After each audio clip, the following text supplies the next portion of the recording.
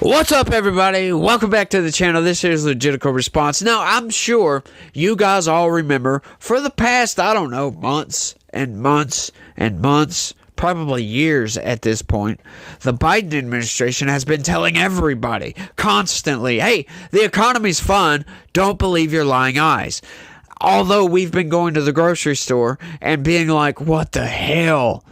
Like, it feels like we go into the grocery store and we're getting our wallets jacked from us, as a matter of fact. We feel like we're being stolen from every time we go to the grocery store, every time we go to the gas pump, every time we open up the utility bills and look at them. We feel like we're getting robbed, for crying out loud. It's absolutely crazy. And we've been screaming, look, hey, the economy is doing not very well as far as we could tell, right? But the Biden administration has been outright saying, no, the economy's doing fine. You have the right to be concerned. But the economy's great, y'all. Look at the freaking stock market. They've been telling us that for just ad nauseum, over and over and over and over and over again. Although, people like me, I read the news. I've been seeing headline after headline after headline. This bank goes under.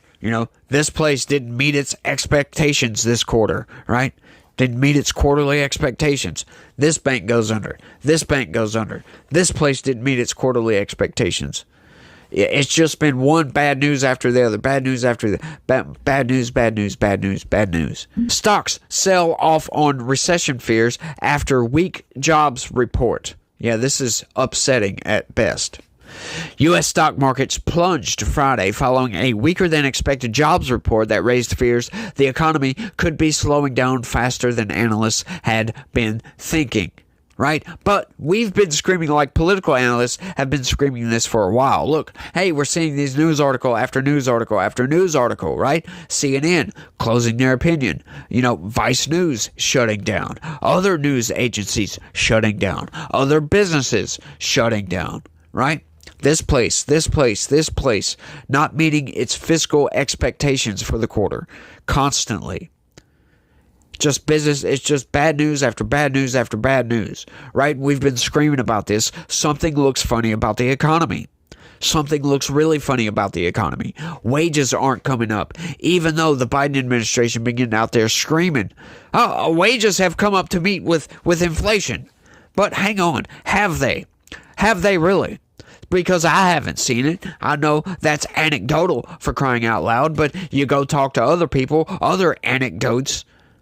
Well, I hate that anecdotal, right? Because technically, my pay rate not coming up is a statistic. It might be anecdotal, but it's still a statistic. It's only one data point out of millions of data points, but still. Right, but they've been screaming this constantly. Oh, well, wages came up to meet inflation. But have they? But you see video after video after video of people crying and screaming, complaining. I can't afford food for the week. I can't afford rent. I can't afford utilities. I have to have my cell phone turned off. Blah, blah, blah, blah, blah. The economy is not doing very well. But, let Joe Biden tell it, hey, the jobs are fine. The Dow Jones Industrial Average of major U.S. companies had fallen by more than 900 points in Friday morning trading before settling 750 points lower, a loss of 1.9% shortly after noon. The S&P 500 index was down 2% of its value, shredding 144 points, while the technology-focused NASDAQ index was down 2.2%. Equity markets have generally been climbing since the beginning of 2023 on a foundation of strong economic data, as employment levels have continually surpassed expectations in the face of the Federal Reserve interest rate hikes meant to slow the economy. Right? So, we've been getting contradictory reports here. We've been getting good job numbers, and the stock market has been great. However, we've been getting other concerns, other major concerns, that the bottom is falling out, for crying out loud, right? All these banks going under. That's a major deal when a bank goes under. And how many banks have gone under? That is the concerning bit. When all these other companies are going out of business, banks going under, you got these places not meeting their quarterly expectations quarter after quarter after quarter. And you got the stock market still up, it's still rising, and we still got jobs. I don't know if you guys see this. I'm not an economist, but that looks and smells like a bubble to me. A bubble that will eventually burst. And when it does, better watch out. Hope you guys have some money saved up. I know I don't. I don't have anything saved up because I can't save anything. Because everything costs so freaking much. Following strong gross domestic product and labor growth earlier this year, a slowdown is now coming into view, suggesting the Fed could be at the end of its tightening cycle. Yeah, that's a good way to put it. That's a good way to say a recession is coming. The Friday jobs report from the Labor Department showed unemployment jumping 0.2% of a percentage point to 4.3% in July from 4.1% in June, its highest level since October 2021. The economy added 114,000 jobs in July, well shy of analysts' expectations around 175,000. That's well below. New payrolls were revised down in the jobs report by 27,000 for June, continuing a trend of downward revisions. White House chief economist Jared Bernstein said Friday he didn't see immediate signs of a recession. Now, what we know and what we've discussed on this channel several times, that the Biden administration is filled with nothing but incompetence. Very, very incompetent people. Like, Jen Psaki was really good at lying. But the new White House press secretary, Karine Jean-Pierre, sucks. Sucks bad. She's very incompetent. Right? They called Kamala Harris a DEI hire. She doesn't have the qualifications to be vice president, much less president of the United States, which that's not looking very good either, right? Hopefully that's a bubble as well. But incompetence in the Biden administration, right? We've seen nothing but incompetence. This guy saying there's no immediate signs of a recession. This guy must not know what the hell is going on.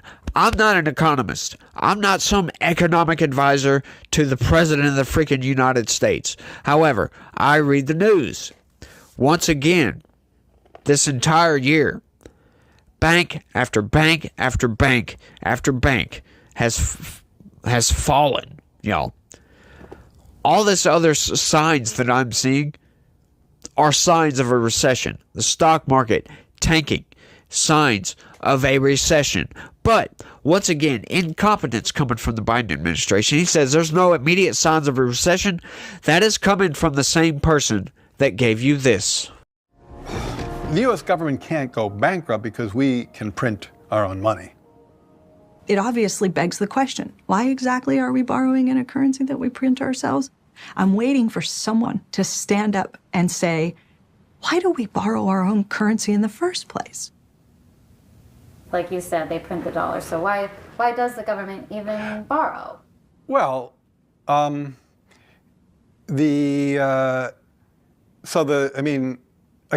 some of this stuff gets, some of the language that some of the language and concepts are just confusing. I mean, the government definitely prints money, and it definitely lends that money, which is why the government definitely prints money, and then it lends that money by selling bonds.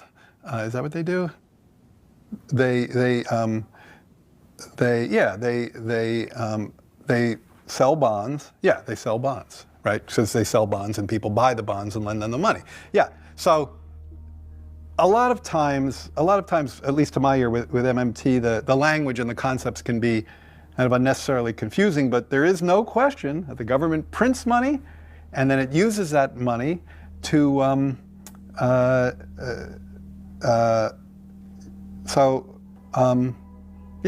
guess I can't really talk. I don't get it. I don't know what they're talking about. Like, because it's like the government clearly prints money. It does it all the time, and it clearly borrows Otherwise, we wouldn't be having this debt and deficit conversation. So I don't think there's anything confusing there. We're certainly seeing cooling, but I don't see recessionary signals coming from some of the most important indicators out there, he said on the CNBC television network Friday, referencing strong second quarter GDP performance. No question, this report came in cooler than expected, he said, adding that officials have seen hiring slow. Markets widely expected the Fed to start cutting interest rates at its next meeting in September. Interest rates stand at an elevated range of 5.25% to 5.5%, where the central bank has held them from the last year as economic data has come in hot. The CME FedWatch prediction algorithm, which is based on the price of futures contracts, put the odds of a 50 basis point rate cut as opposed to a quarter point rate cut in September at nearly 80% Friday afternoon. Interest rate cuts generally precede recession designations, which happened in late 2019, late 2007, and early 2001, as the Fed tries to get ahead of downturns in the business cycle by stimulating the economy with lower borrowing costs. Yeah, they need to do something about that. Waiting until September to cut interest rates unnecessarily increases the risk of a recession, former New York Federal Reserve Bank President Bill Dudley cautioned in an opinion piece for Bloomberg earlier this month. Yes, we need to do something. They need to cut those rates like yesterday, like bad yesterday, because those interest rates have been at like a 4-decade high for a long time, y'all. And people ain't borrowing stuff. That means the economy's not growing, right? With these interest rates being down, like, it's no surprise that we're starting to see some recessionary signs. You know, regardless of what Jared Bernstein says, that is recessionary signs. I'm sorry. He's just trying to tell you that, oh no, everything's fine, y'all. We're not seeing any signs of a recession.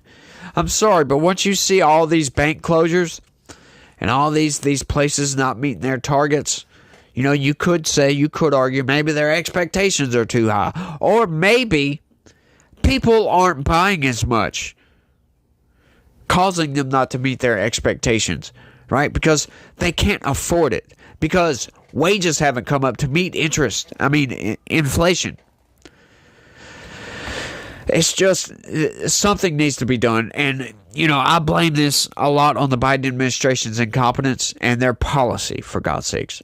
Right? Like, we know, like any economist will tell you, the oil industry controls the markets a lot. They have a major influence on the economy.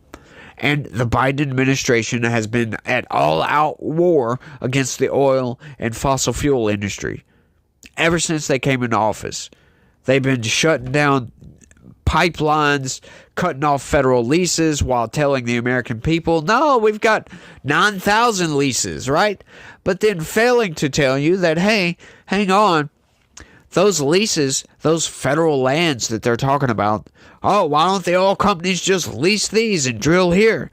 Well, those lands have been explored and there's no oil, there's no prospects. So why would they purchase those leases, Joe Biden? That's so they can lie to the American people, right? We need to boost production of the oil industry right now. But, you know, these climate zealots, which Joe Biden apparently is one of these, because his climate policy has been one of the most destructive policies we've seen from a president in decades, y'all. Decades, possibly ever. And it's just not doing good for the economy, right? We're starting to see the results of these insane policies coming from Joe Biden, right? You know, one administration overlaps the other. We had one of the greatest economies under Donald Trump, right? And some people like to say, oh, well, that's Obama. No, I'm sorry. It started out not so great under Trump. And then in 2019, we had the best economy ever. That was after 3 years. Right, so a lot of those Trump policies, all the oil drilling and all this crap starting to take effect.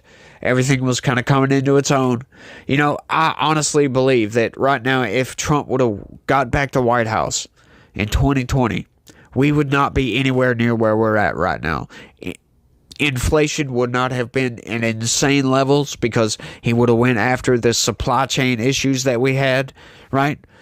Once again, incompetence in the Biden administration because the Secretary of Transportation was on paternity leave, for crying out loud, because it wasn't maternity leave, because he's a dude and his wife is a dude and neither one of them can get pregnant. Dudley pointed out that the 3-month average unemployment rate is up 0.43 percentage points from its recent low point, which is close to triggering a recession signal known as the SOM rule. It's very close to the 0.5 threshold that, as identified by the SOM rule, has invariably signaled a U.S. recession, he wrote. Yes, that is a bad sign. Hopefully it doesn't get to that point. But it's not looking good. You put insane Democrat policy, couple that with incompetency, and you get where we're at now. We're about to dive off deep into a recession. And I hope and pray Donald Trump gets back into office. You know, drill, baby, drill, and let's get this economy back on track. You know, by 2028, we might be doing great. If you know what I mean, hopefully. Hopefully Trump leaves office with the best economy we've ever seen. And people are making money hand over fists, right? And I'll have plenty of news because the corporate press is going to be constantly lying about Donald Trump. You know they will. You know they will. But I think I've went off long enough on this one, y'all. I want y'all to let me know what y'all think, how the economy's doing. Are we about to hit a deep recession? Or just a recession? Or not at all? Are you like the Biden administration thinking everything's fine? Everything's okay, y'all? Let me know what you think down in the comment section. That's all I got for this one. I want to thank everybody for watching. And y'all try to have a good day. Stay legitical. Peace.